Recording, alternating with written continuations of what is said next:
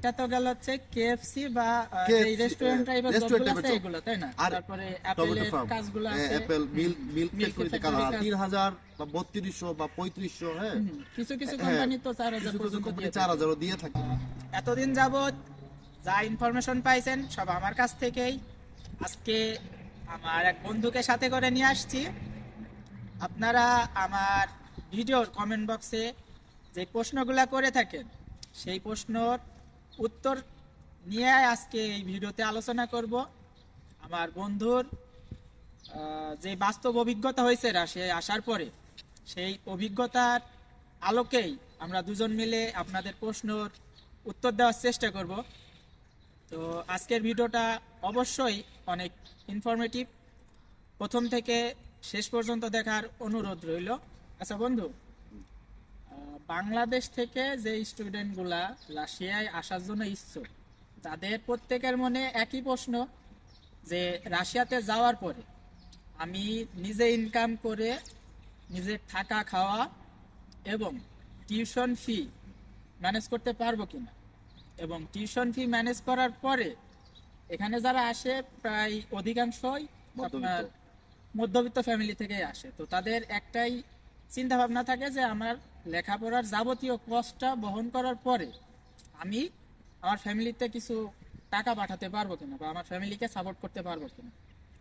তো তুমি তো আসছো 5-6 মাস হইতেছে, তো তোমার অভিজ্ঞতায় কি মনে হয়, এটা কি সম্ভব?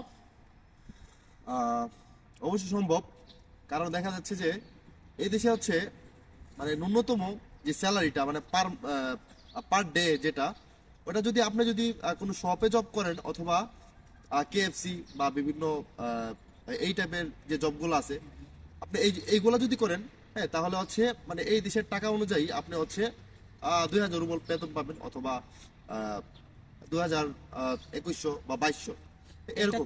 এটা তো গেল হচ্ছে কেএফসি বা এই রেস্টুরেন্ট টাইপের জবগুলো আছে এগুলো, তাই না? আর এই দেশে হচ্ছে কি আপনার ওর জবগুলা খুব বেশি আছে, লাইক হচ্ছে ওজনের জবগুলা বা বিভিন্ন ওয়্যার হাউসের যে কাজগুলো। আর আমরা যে সিটিতে আছি এই সিটিতে কিন্তু হচ্ছে টমেটো ফার্ম আছে, তারপরে অ্যাপেলের কাজগুলো আছে, অ্যাপেল মিল্ক ফ্যাক্টরিতে কাজ আছে। তো ওইগুলাতে যদি আপনি জব করেন, আপনি পার ডে হচ্ছে আপনি 3000 বা 3200 বা 3500। হ্যাঁ, কিছু কিছু কোম্পানি তো 4000 পর্যন্ত দিয়ে 4000 দিয়ে থাকে। ঠিক আছে, এখন কথা হচ্ছে যে আপনি মান্থলি কতদিন কাজ করতে পারবেন। ঠিক আছে, আপনার ক্লাস থাকবে হচ্ছে ধরেন পার উইক আই থিঙ্ক 5 দিন 5 ডেজ। হ্যাঁ, তো 5 দিনের মধ্যে ধরেন আপনি 2 দিন কিন্তু ফ্রি থাকতেছেন এমনিতেই। হ্যাঁ, তো আর 2 দিন যদি আপনি ঘুমটাকে যদি একটু কম্প্রোমাইজ করতে পারেন, হ্যাঁ, তাহলে সপ্তাহে মোটামুটি 4 দিন, সপ্তাহে আপনি 4 দিন আপনি জব করতে পারতেছেন। তো 4 দিন যদি আপনি সপ্তাহে জব করতে পারেন, হ্যাঁ, তাহলে দেখা যাচ্ছে যে আপনি 15-16 দিনের মতো। হ্যাঁ, তো এরকম যদি হয়, হ্যাঁ, তাহলে দেখা গেছে যে হচ্ছে কি আপনার ধরেন 50 থেকে 60,000 রুবল কিন্তু একটা স্টুডেন্ট পার মান্থ ইনকাম করতে সক্ষম। হ্যাঁ, যা বাংলা টাকায় ধরেন 80-80 কাছাকাছি।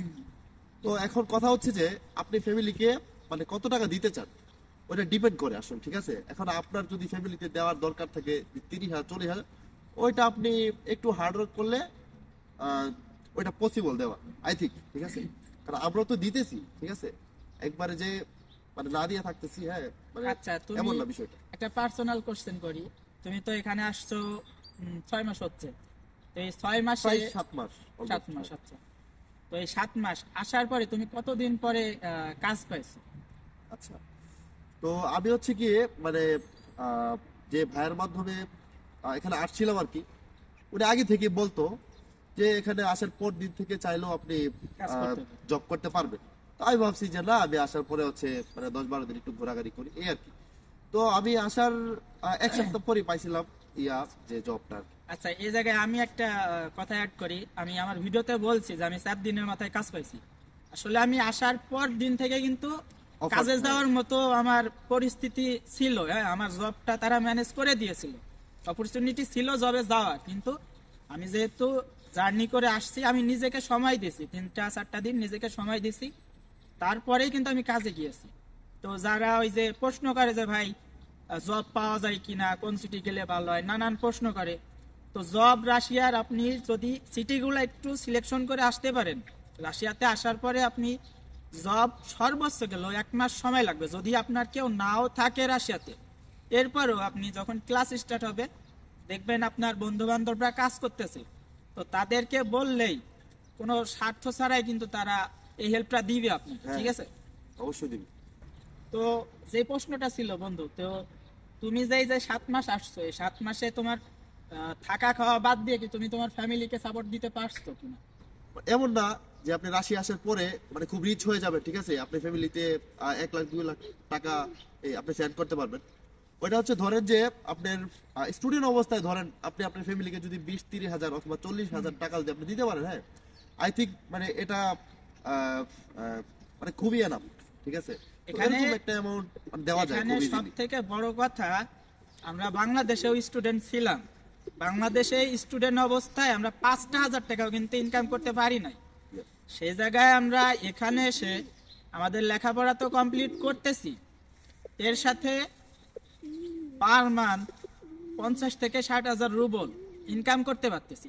এখন এই যে বললাম 50 থেকে 60,000 রুবল, এটা অনেকে এসে কমেন্ট বক্সে নানান মন্তব্য দিবে, ভাই তুমি যেটা ইনকাম করো তুমি সেটা নিয়ে জানো, তুমি সেটার ব্যাপারে বলতে পারো। ভাই আমি যেটা ইনকাম করতেছি আমি সেটা সম্পর্কে বলবো, আমার এখানে কোনো মনে হয় না যে আমার ভুল ত্রুটি আছে, কারণ আমি এটা ইনকাম করতেছি ভাই। তো রাশিয়াতেও কিন্তু উন্নত লাইফ আছে, এবং ওই যে স্বপ্ন মানুষের লাখ লাখ টাকা ইনকাম করা, এটাও কিন্তু পসিবল, কিন্তু এটার একটা প্রসেসিং আছে, এটা লেখাপড়া শেষ আমি হবে। যেটা হ্যাঁ। আমি যেটা বললাম ওইটা হচ্ছে মানে প্রাথমিক যে অবস্থাতে আমি ওইটা বললাম, ঠিক আছে? আপনি যখন এই দেশের ভাষা শিখবেন, ওই দেশের কালচার যখন আপনি ক্যাচ করতে পারবেন, আপনি যখন টিআরপি পাবেন, আপনি যখন পিআর পাবেন, তখন তো আপনার স্যালারি অবশ্যই হাইপিং হবে। অবশ্যই high হবে। তখন আপনার স্যালারি Official অবশ্যই জবগুলো করতে পারবেন। অফিসিয়াল জবগুলো আপনি যখন করতে পারবেন, কিন্তু এট দিস টাইম হচ্ছে আপনি হচ্ছে এই দেশের না আছে ল্যাঙ্গুয়েজ স্কিল, না আছে কোনো স্কিল। হ্যাঁ। আমি প্রথম যেই মানে হ্যাঁ। 1-1.5 বছর মানে প্রাথমিক ওইটা আমি জবগুলা বললাম, করতে হ্যাঁ। পারবে, প্রাথমিক জবগুলা করে আপনার ওই আর বন্ধু যে এই টাকার অ্যামাউন্ট গুলা বললো, তো এরকম আপনার ফ্যামিলিতে ব্যাকআপ দিতে পারবেন। তো যাদের মন মানসিকতা আছে ক্লাস করব সাথে নিজে হার্ডওয়ার্ক করব, তারা রাশিয়াতে আসতে পারেন, ঠিক আছে? আদারওয়াইজ যারা ওই গিয়ে লাখ লাখ টাকা ইনকাম করব ঘরে বসে, এরকম মেন্টালিটি নিয়ে আসার দরকার নাই, এবং রাশিয়া তাদের জন্য না। অবশ্যই হচ্ছে হার্ড ওয়ার্ক করতে হবে। এটা হচ্ছে মানে নট অনলি রাশিয়া, ওয়ার্ল্ডের যে কোনো কান্ট্রিতে আপনি যান, আপনি অস্ট্রেলিয়া যান, জাপান যান, আপনি সাউথ কোরিয়া যান, আপনি ইউরোপিয়ান ইউনিয়নের যে কান্ট্রিগুলো ওইগুলোতে যান, অথবা ইউএসএ যান,